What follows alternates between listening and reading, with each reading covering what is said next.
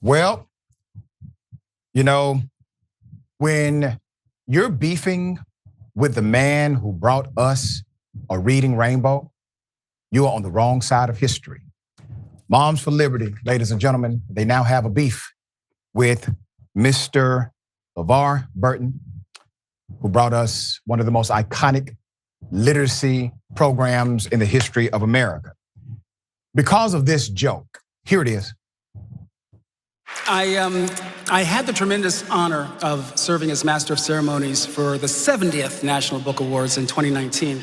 And it genuinely means the world to me to join you all again on this stage to celebrate the importance of literature to our shared culture. Before we get going, are there any moms for liberty in the house? Moms for liberty? No?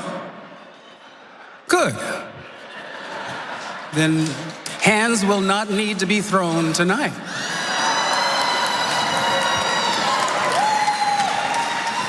I mean, the classy way he said that. Put it up, ladies and gentlemen. The man said, hands will not have to be thrown tonight. He could have said, you don't have to throw them hands, but he did not. He said it in the way that the man with all the class in the world should say it. And by the way, Moms for Liberty, ultra-conservative extremist organization, basically a bunch of Karens who are considered hateful, and in my opinion, domestic terrorists. They want to ban books. They don't like books. They go around saying no to books. Mr. Burton says yes to books. All right, so put him up full mass. So after the hosting of a major event, literacy advocate LeVar Burton blasted conservative political organization Moms for Liberty. This was at the annual National Book Award ceremony. The National Book Awards ceremony. Moms for Liberty, they don't like books. They want books to be banned. So the group decided to call him out on social media for that joke. Here it is. All right. Now, before we get going, are there any Moms for Liberty in the house? He said Burton joked during the event. It was a joke on November 15th. No, good. Then hands would not have to be thrown tonight. Everybody laughs.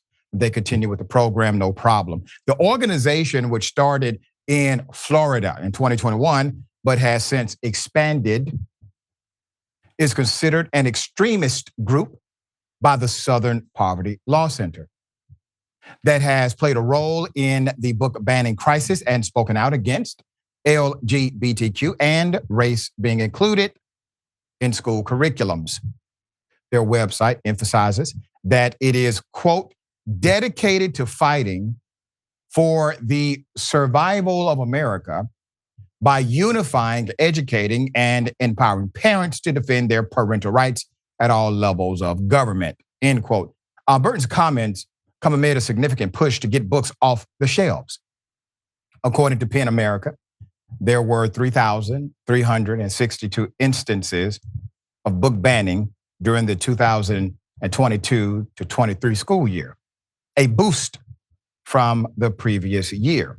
Following the ceremony, the organization took to X, formerly known as Twitter, to respond to Mr. Burton. Here's what they said, quote, American moms weep as a childhood favorite reading rainbow calls for physical attacks against us because we are protecting the innocence of our children, the group wrote. And then they tagged at LeVar Burton. Why have you sunk so low? Threatening physical violence against women? Question mark. Burton served as a host on the highly popular PBS educational series Reading Rainbow, which encouraged the connection between kids and books. During a recent interview on The View, the television star touched on the effort to ban children's books.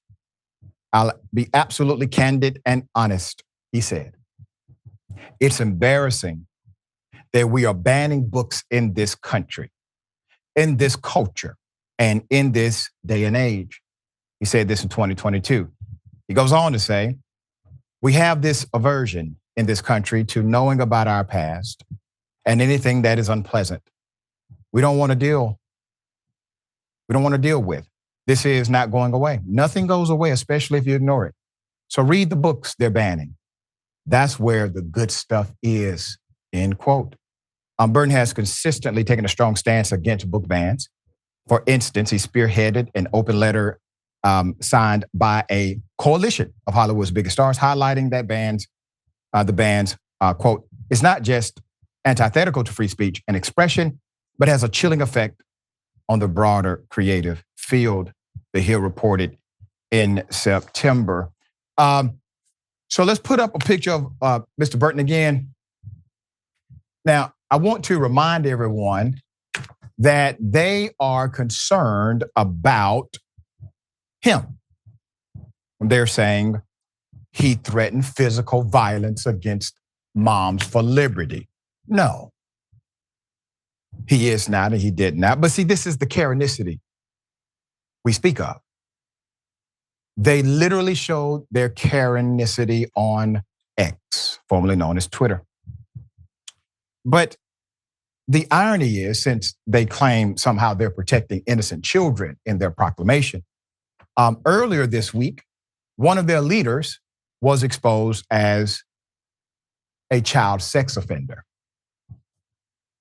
Put him up, Republican named Philip Fisher Jr. There he is, a Moms for Liberty leader. They're worried about the wrong black man, obviously. Okay, dear brother, this is one of those stories where, first of all, he's talking about a bunch of Karens who don't like books because they would like to basically eradicate the true historical lesson of what this country is, was, and potentially can be. And then they come out and say, oh, he threatened to attack us. Classic here. What are your thoughts? Well, it's always funny to watch right-wing groups like this really just act like they've never lost before and never tasted defeat or never tried anything before.